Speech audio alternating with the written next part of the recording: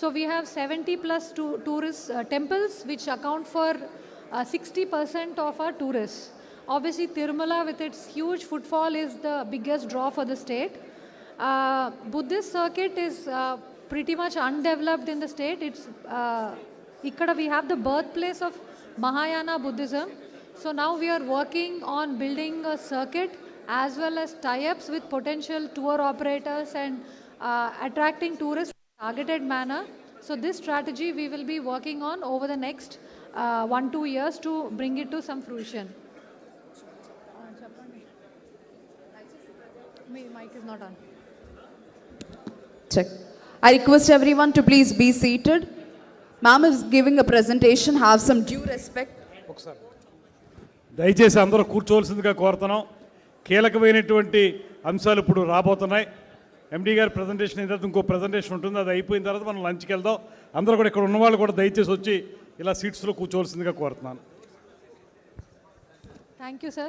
Thank you so much. So Buddhist tourism okati we are very targetedly working towards. Daniki Visakhapatnam will be the base for center for this entire drive. Visakhapatnam, Amravati and Nagarjuna Sagar.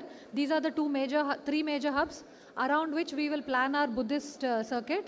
In fact, Nagarjuna Sagar ki we'll be getting some funding from Government of India to develop some surrounding ecosystem and infrastructure. So that is something which is going to be happening very soon. Additionally, biodiversity, we have 13 wildlife sanctuaries, 3 national parks, and second largest stretch of mangrove forests. I don't know how many people in Visakhapatnam are also aware of this. Then we have a lot of migratory birds. Recently in Tirupati, we held the Flamingo Festival, celebrating the flamingos, which are migratory birds which come here. This is also another theme we will be expanding on over the next few years, where we'll be celebrating the play of birds, nature and forests, and the themes will be around some in Visakhapatnam and Tirupati. We also have unique art, culture and architecture, and this is again, indaka madam cheppinatlu, lot of crafts villages are there. So these villages we will be targeting for unique curated experiences where people can come and stay and experience these crafts in a very close fashion. Next. So AP has the third highest tourist footfall in the country. Bulk of these are, and we are the third largest domestic tourist attractor. For foreign tourists, we are very low, 16th in the country. We have around 20 crore tourists coming in 2022. And along with Niti Aayog, we are working on developing this region of Visakhapatnam. We are calling it Visakhapatnam Economic Region, and it will cover the erstwhile districts of Srikakulam, Vijayanagaram, Visakhapatnam and East Godavari. These 4 erstwhile districts will become one region for coordinated tourism planning. So there will be an interplay of existing infrastructure and supporting infrastructure, creating ecosystems and circuits around these 4 places so that there will be smooth and easy flow of tourists across these 4 districts. So this region accounts for 35% of tourist footfalls in the state. It's a very high potential area with very good connectivity, 10 plus direct air, 5 plus international, and Bogapuram coming up. More on this later. So as part of Vision 2047 as well as the tourism policy, we've identified some macro goals for tourism. One of the main is, of course, increasing the state value add to the state.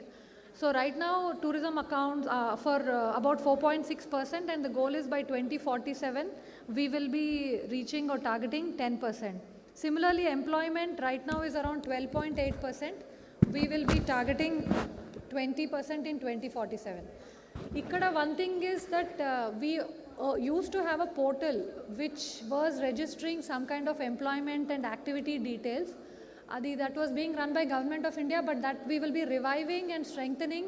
And the request is that under the leadership of district collectors, we will be requesting all participants of tourist sector, whether it is high-end mega projects or small local operators, to register on it, so that one is we ensure standards are met, that there are no issues, as well as ensuring that tracking contribution to the economy, employment and all will become easier for us. Thank you. So, as I said, we aim to become the third by 2047 in tourist foreign footfalls. The average spend of the tourist is another worry point for us. Right now it is 1700, whereas in states like Kerala, Goa, it goes to around 35,000, the average tourist footfall spend. So the goal is to push it to that level by 2047 and increase the stay from 1 to 2 days to about 7 days for both domestic and international. Right now we don't have any UNESCO approved sites. Lepakshi and all are in the proposed list.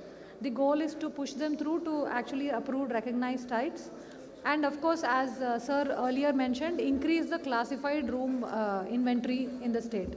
Deen kosam, as you know, we are working with a lot of big players in the market.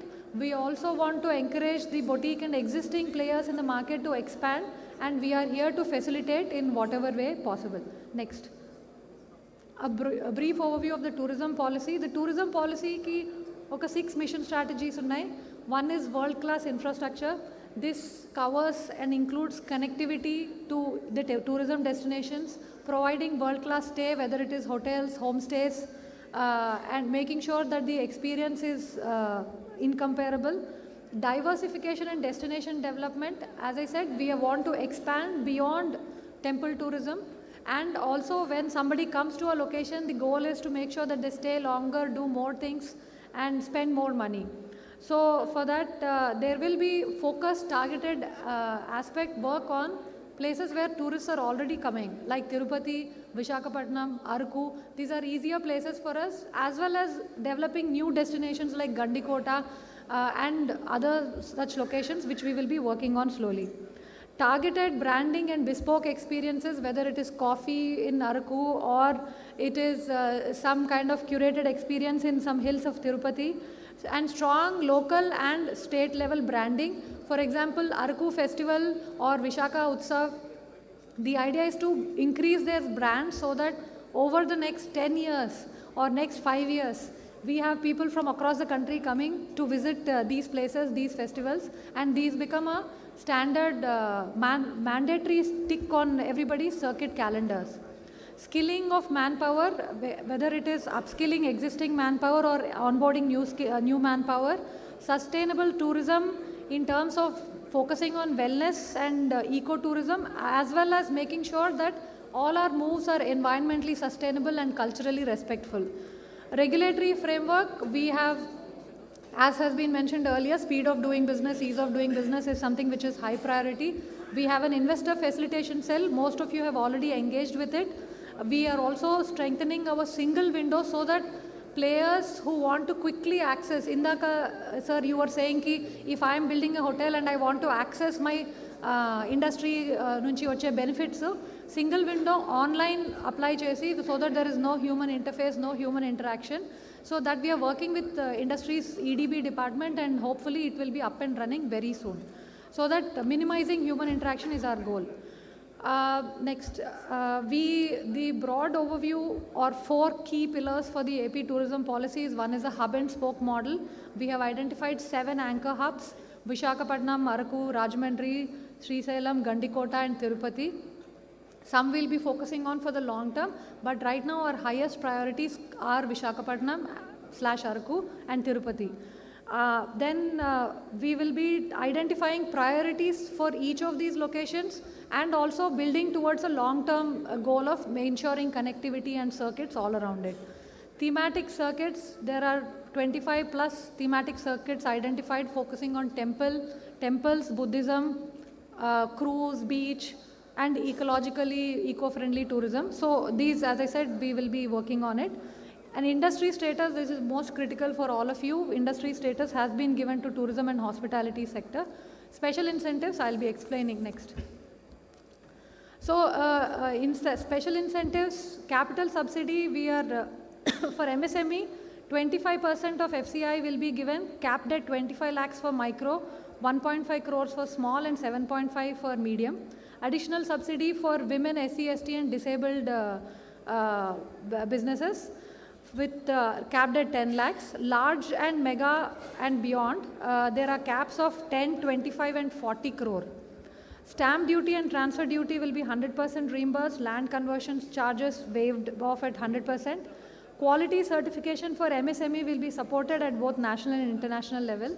Power cost will be at industry rates and it will be reimbursed. Electricity duty of 1 rupee per unit for 5 years.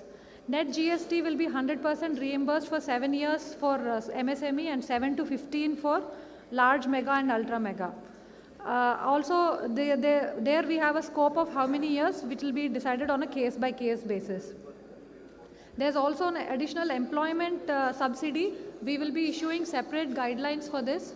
We are also, I think next week or max in a couple of weeks, we'll be issuing the guidelines related to land for us as a subset of this. So that will be issued in a couple of weeks, and you can track our website and the execute